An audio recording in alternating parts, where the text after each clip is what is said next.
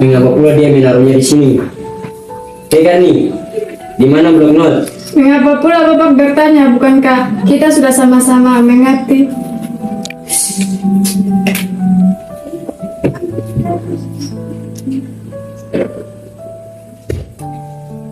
Mengapa kamu diri saja? Ambil ini dan bawa ke dalam.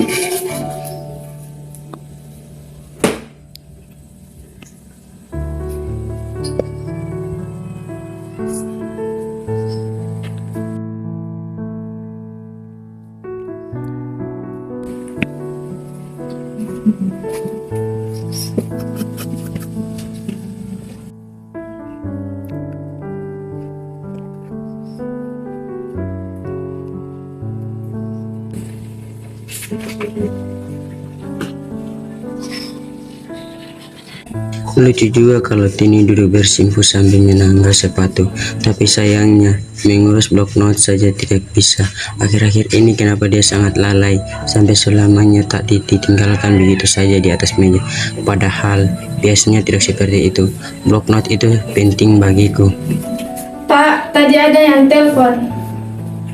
Kau yang menerimanya? Tidak Pak, Ibu yang menerimanya. Saya tadi di belakang. Oh, mungkin dari kawan-kawannya. Bukan Pak, tadi saya melihat Ibu sedang menulis sesuatu dalam notes. Kau menaruhnya di mana? Ibu yang menyimpannya. Kalau begitu, berikan saya minum. Baik Pak.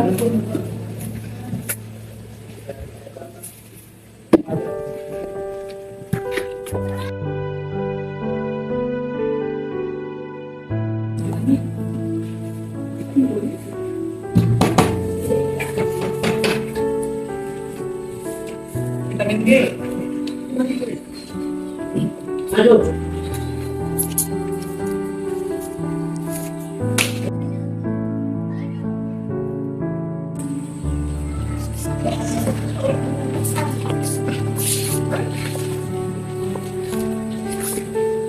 Rumah hotel nomor 45. Karni, Ya Pak. suruh Abdul siapkan motor antar saya ke rumah hotel nomor 45. Baik Pak.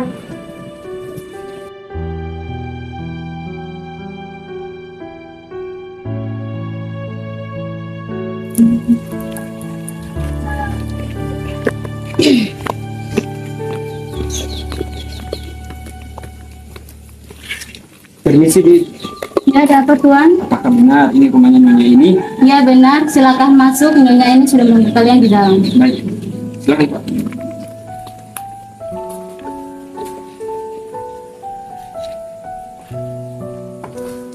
Assalamualaikum. Salam, mari Tuan. Permisi, benar ini nomor 4, rumah nomor 45. Iya Tuan. Oh, mau bertemu sama Nyonya Erni. Mari saya antar.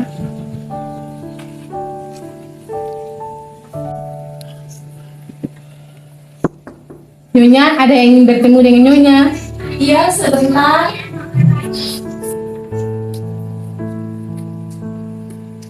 Ini Iya, dengan saya sendiri. Mari masuk. Ini Tuan tasnya. Silahkan duduk dong.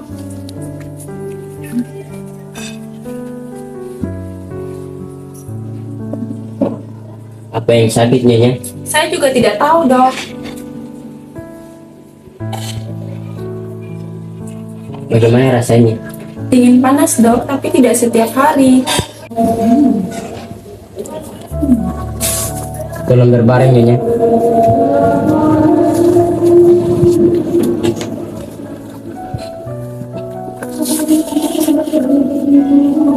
Tidak usah Nyonya.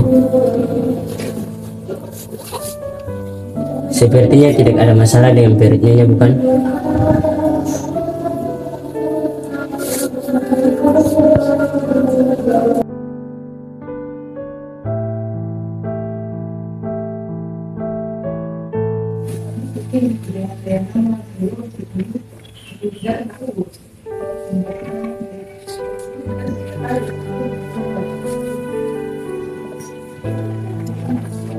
Saya saya akan tulis resep obatnya, nanti Nyonya ambilnya di apotek.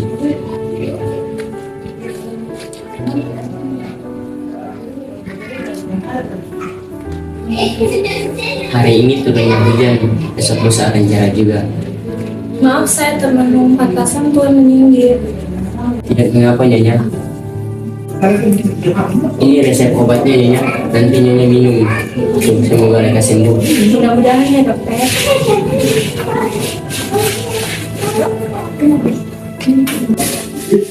Besok saya akan datang lagi.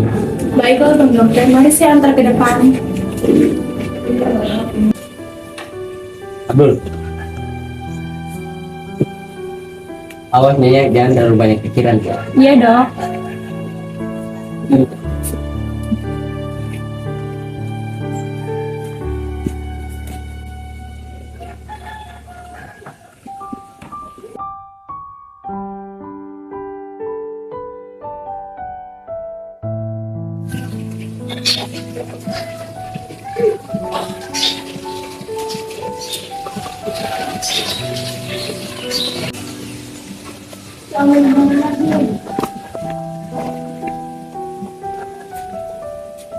Sudah sehat rupanya. Berkat obat dari dokter tentunya. Sudah siap dan rapi pula, sampai keluar kamar segala. Mengapa? Ah tidak, maksud saya selepas ini apakah kamu mau keluar jalan-jalan? Bukannya kemarin kok dokter menyuruh saya untuk beri yang hati.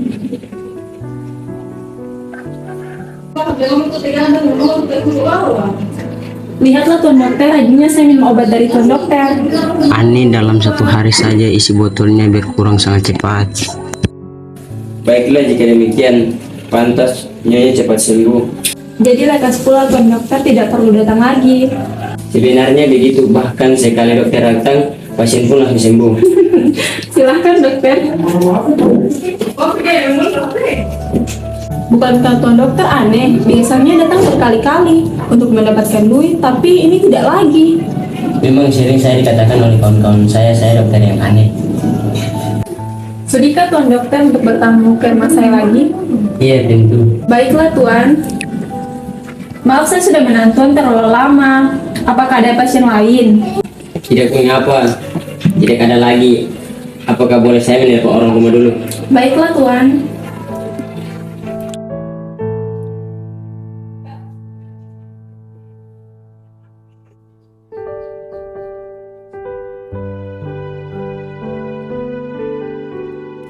Tidak ada Nyonya. Jadi mau terus pulang Tuan? Untuk apa? Lagian tidak ada pekerjaan di rumah di hari secara ini. Alangkah senangnya pergi ke kota. Benar. Sendirian. Tidak dengan Nyonya kalau Nyonya suka. Kata dokter saya tidak boleh keluar. Tapi kata dokter juga Nyonya harus menjernihkan pikiran dan harus mengikuti perintah dokter.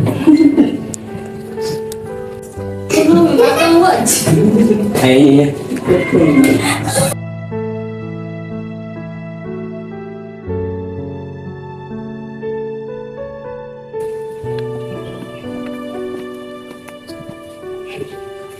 Terima kasih untuk hari ini Tuan. Sama-sama Nyonya.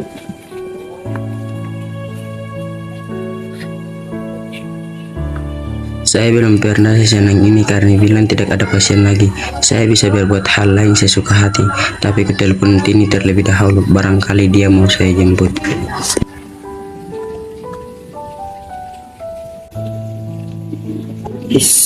Kenapa Tini diam saja?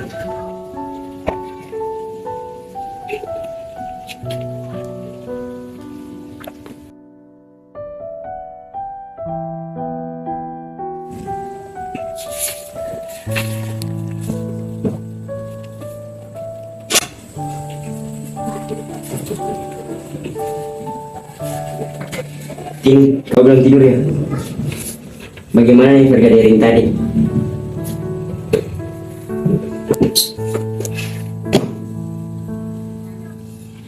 Tuan dari pasien ya?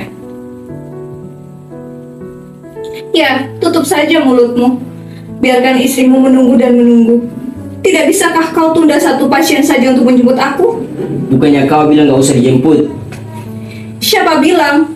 Bukankah kau sendiri yang ingin menjemputku? Tapi kau diam saja. Apa perlu aku bicara? Apa perlu aku sembah-sembah di mukamu? Berlutut di hadapanmu? Pasien, dan pasien. Istrimu terlantar. Kau tidak malu melihat istrimu berjalan sendiri?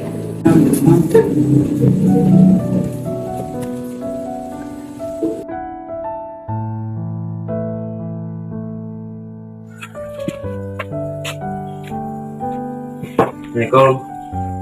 Waalaikumsalam. Nenek ini sudah pindah, Tuan Dokter. Ini sudah balik.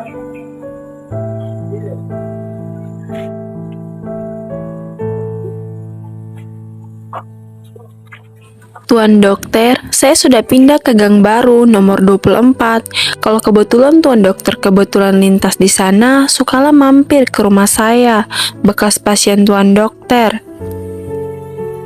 Rupanya dia sudah tahu saya akan datang kembali. Dia mengharap saya akan datang.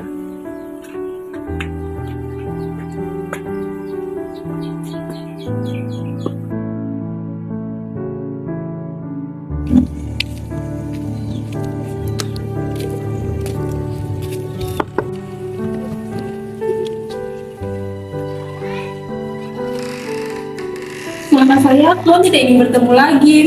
Apakah ada pasien di sekitar sini, Dok? Benar, saya ingin melihat pasien saya yang sangat cepat sembuh.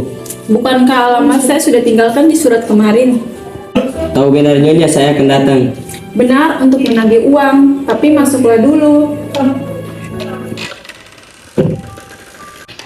Duduklah.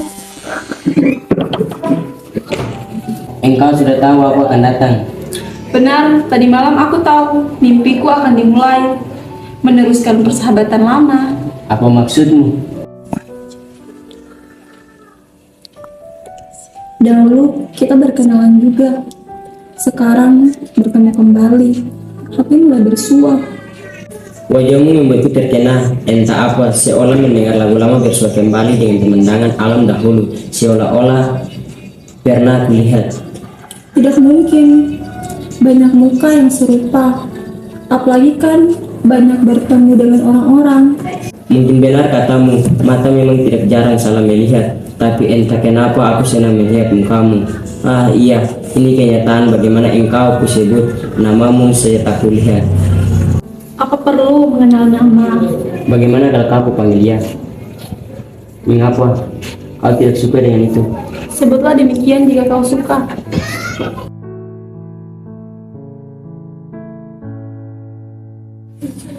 Ada yang ingin ibu katakan, bukan? Katakanlah, aku akan mendengarkannya. Tentu saja saya akan disalahkan, karena ibu amat sayang akan suami saya. Aku tahu, itu perkara kalian berdua saja. Tapi, jika kau tidak mendengarku, tidak usah. Duduklah, katakanlah. Aku akan mendengarkannya dengan asyik. Memang, kita berlainan paham. Seperti langit dan bumi, ibu. Aku yang terlalu kolot. Aku yang terlalu modern. Memang, Tini, tidak baik. Seorang istri itu banyak keluar malam. Apalagi tidak ditemani suaminya. Lakiku saja keluar sendirian. Mengapa aku tidak boleh? Apa bedanya? Suaminya keluar karena perlu atau tidak. Perlu-perlu. Keperluan tidak dibuat-buat, bukan? Ah, aku tidak mengerti dengan jalan pikiranmu. Memang ibu, jalan pikiran kami berlainan. Aku berhak membahagiakan pikiranku, menyenangkan hatiku. Aku juga manusia yang berkemauan sendiri. Ibu bilang, kemauanku harus tunduk pada kemauan suami. Bukan ibu, kami masing-masing mempunyai kemauan sendiri-sendiri. Jika dia pergi sendiri, tidak sempat menemaniku, mengapa aku tidak boleh pergi sendiri untuk menyenangkan hati? Kalau kami kaum kolot, kami harus tinggal di rumah saja. Kami lain, kami membimbing nasib kami sendiri, tidak menanti rahmat laki-laki. Tahukah engkau, Tini dan Suka? Saya tidak peduli ibu, kata saja tidak mempan. Biarlah saya disalahkan oleh orang.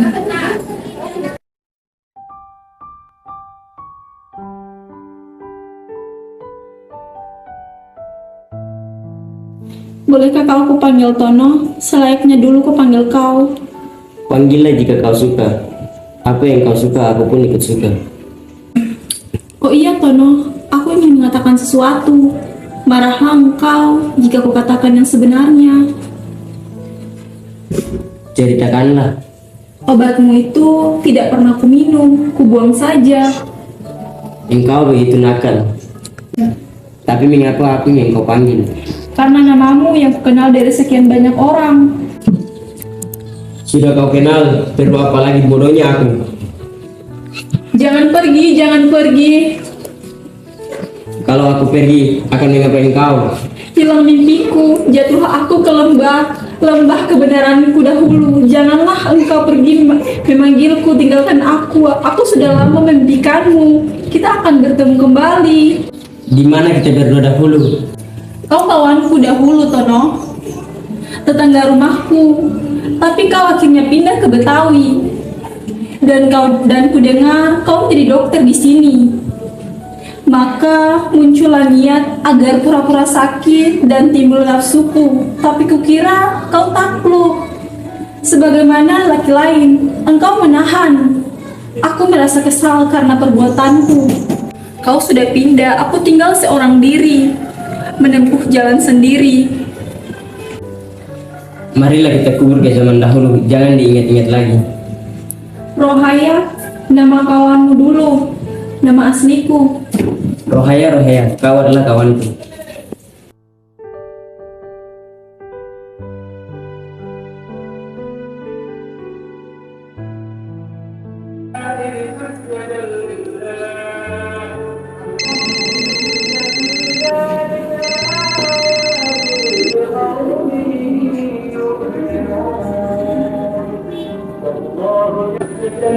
Halo Tono, bagaimana jika Hartono nginep di rumahmu?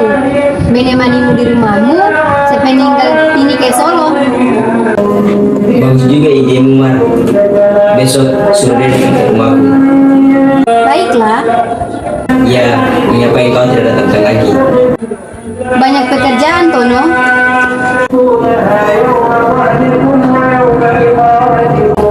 Kawan lamaku Hartono akan datang.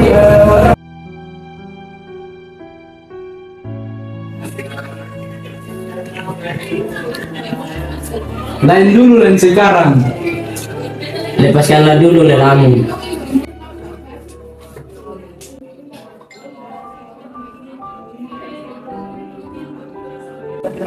Lain dulu dan sekarang. Katakanlah Har, katakanlah semuanya. Kami kawanmu.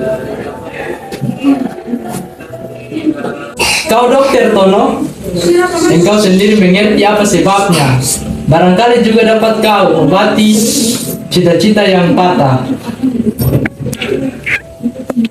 Entah baik entah tidak, tapi dengarlah dahulu, sudah kukatakan, apa perlunya berangan-angan sebagai burung Garuda? Apa perlunya semua itu? Mimpi dan mimpi, itulah kesukaanmu berdua, berangan-angan yang bukan-bukan. Demikianlah kita semua. Kita seperti di belenggu angan-angan, masing-masing dengan angan-angannya sendiri. Belenggu itu semakin mengikat semangat, pikir dan jiwa. Semakin lama semakin keras, seperti orang yang dibelenggu kaki dan tangannya. Memang benar demikian, yaitu kalau kita biarkan kita dibelenggu, tetapi kita sudah memasang tenaga kita, pasti juga akan terlepas dari belenggu itu.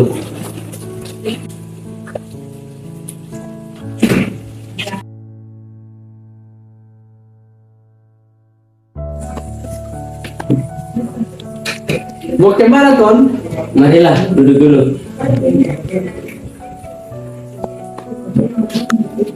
Maaf Tono, tadi tidak kutanya di mana istrimu. Dia dulu di Solo, Kongres Perempuan seumumnya. Tono, siapa sebenarnya istrimu? Aku lagi dulu banyak urusan. Kapan dia balik? Mungkin 2 hari ini Kongres habis. Sudahkah aku mengenal dia dahulu? Boleh jadi, dia dahulu di Bandung sekolah Lesio. Leseu, Tono? Iya, barangkali kau kenal Tini dahulu. Tini? Iya, Sumartini namanya. Mari kutunjukkan fotonya.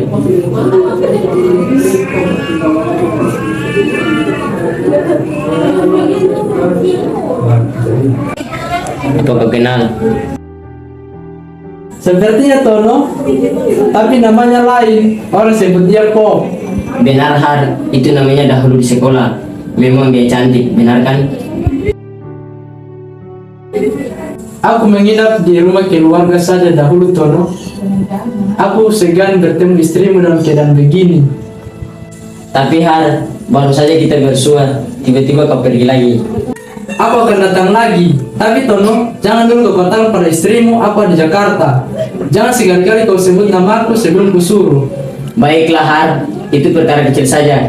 Kalau kebetulan aku tidak di rumah, tunggulah di ruang tengah. Tanyalah kepada Karni, kapan aku kembali.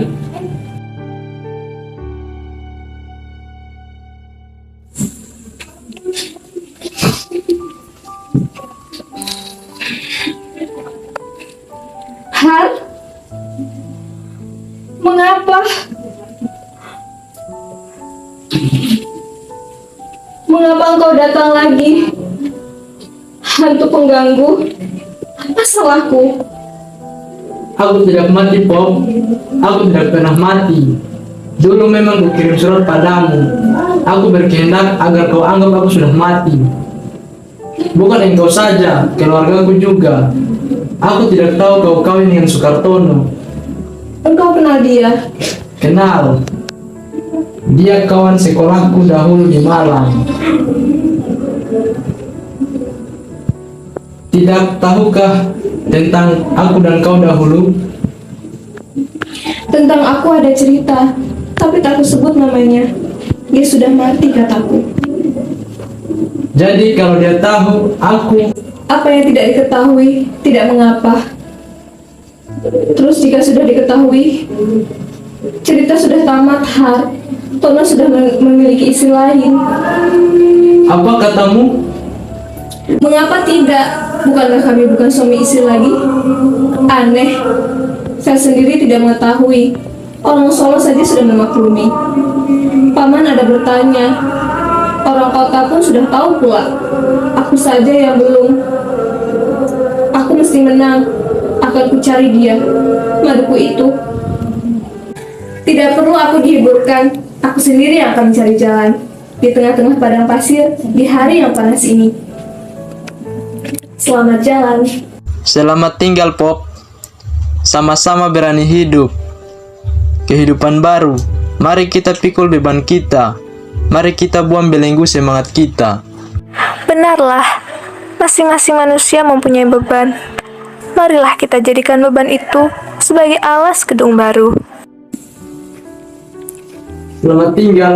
Baik-baiklah Pop. Sekarang namamu yang dulu boleh aku pakai lagi? Benar. Karena dalam hatiku tidak bangun Hartono yang dulu lagi.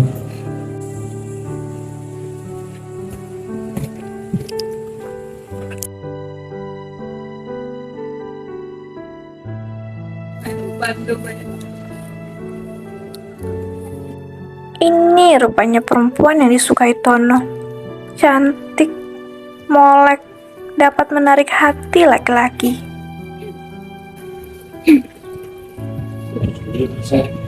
Di mana rumahnya Siti Hayati? Sayalah dia, Nyonya. Silahkan masuk.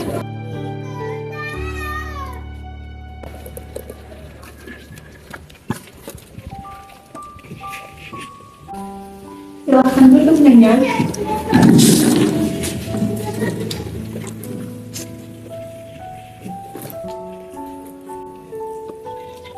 Nyonya dokter.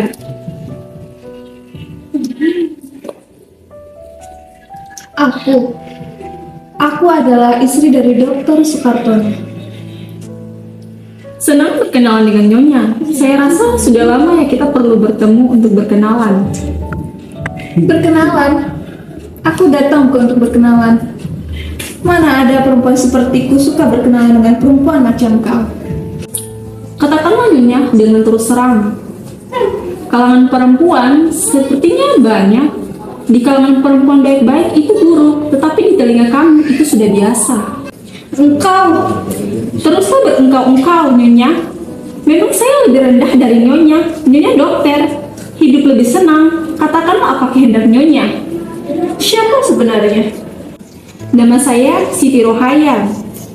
Dulu Tono, maksudku Dokter Sukartono, suami Nyonya, tetanggaku saat di Bandung. Kami bersekolah rendah. Baru-baru ini kami bertemu lagi.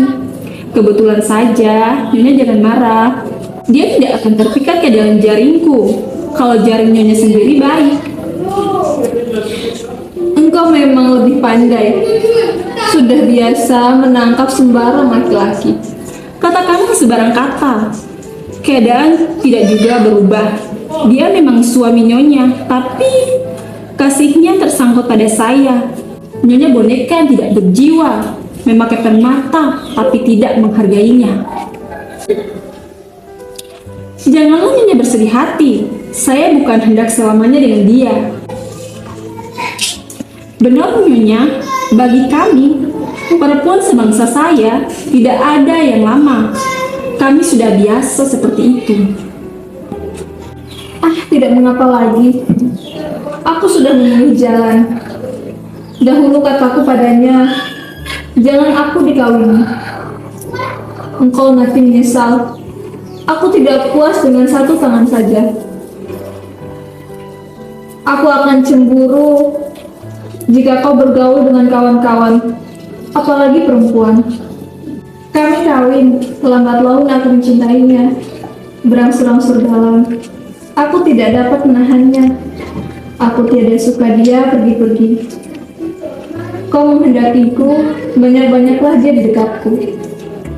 Tapi aku tahu itu tidak akan dapat, karena dia masih juga pergi. Memang sudah pekerjaannya begitu. Aku selalu takut dia akan terlepas dariku. Dia akan jatuh cinta pada orang lain. Dan dalam hatiku menyesal, mengingat perbuatanku dahulu. Selalu saja menjadi halangan untuk menyatakan cintaku yang sebenarnya. Memang aku tidak pantas menjadi kekasihnya. Bukan begitu, cintanya kurang besar. Kalau benar-benar cinta, alangan itu akan rubuh juga. Kalau engkau pelihara dia baik-baik, kau turuti kemauannya, begitu juga kesukaannya, yang kecil-kecil tapi sangat dihargainya. Dia tidak akan datang kepadaku. Boleh jadi. Kalau engkau ubah sikapmu menjadi sebagai istri sejati yang kau senang-senang hatinya, rumah menjadi tempat yang ternyaman. Laki-laki semuanya sama. Kita perempuan semuanya sama juga. Tidak ada bedanya. Tidak ada yang percaya pada kata laki-laki. Katanya dia sayang, amat sayang. Benar, kita selalu saja percaya, selalu saja pula kepadanya. Itulah kesenangan kita. Rohaya, mari kita berjanji. Aku sudah maklum kamu berdua bercinta-cintaan. Itu akan teliti merawat dia. Dia dapat kupertahankan kepadamu. Dengarkanlah dulu baik-baik. Jangan membantah. Aku mudah mendapat pekerjaan. Banyak pekerjaan sosial. Aku akan tenang dan lupakan zaman dahulu. Tidak, tinggallah. Kamu akan berbaik juga kalau aku sudah tidak ada lagi. Tidak, Rokaya. Engkau kaya perasaan. Banyak yang dapat kau beri. Aku tidak bisa memberi apapun. Jiwaku hampa. Cuma meminta hak. Memberi tidak sanggup. Engkau lebih sayang akan dia. Baiklah, aku berjanji.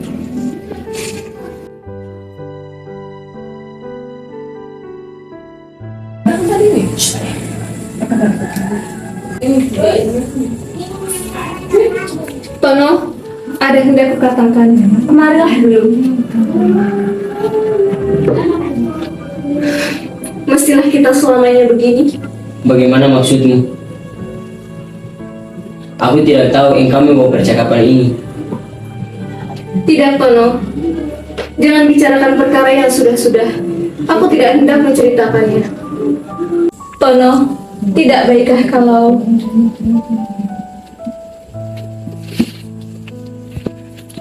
aku pergi saja? Maksudmu kita? Benar Tono, itu maksudku. Pikiranku sudah bulat. Selamat tinggal. Jangan tinggalkan aku Tini.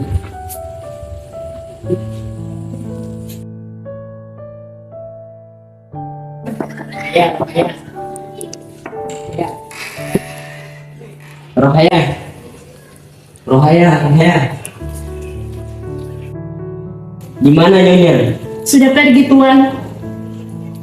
Entahlah, kata Nyonya Tuan akan kembali sore ini. Meski saya memberikan ini. Untuk Tono buat mendengarkan suara ya kalau dia merasa rindu. Dari dulu sudah ku tahu kita akan berpisah jua, tidak ada tahan waktu, semuanya akan berpisah jua. Dari dulu sudah ku tahu aku cinta padamu saja, selalu engkau dalam kalbuku, tidak hilang dari jiwa.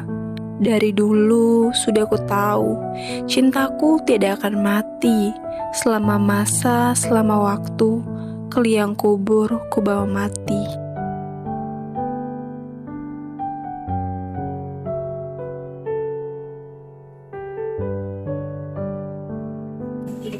Tono, kekasihku, jiwa hatiku, mengapa menangis? Mengapa rusuh? Kita tidak berjauhan. Kita dekat-dekat saja. Tono, Kapankah kita bertemu lagi ya? Akankah kabarmu terdengar lagi?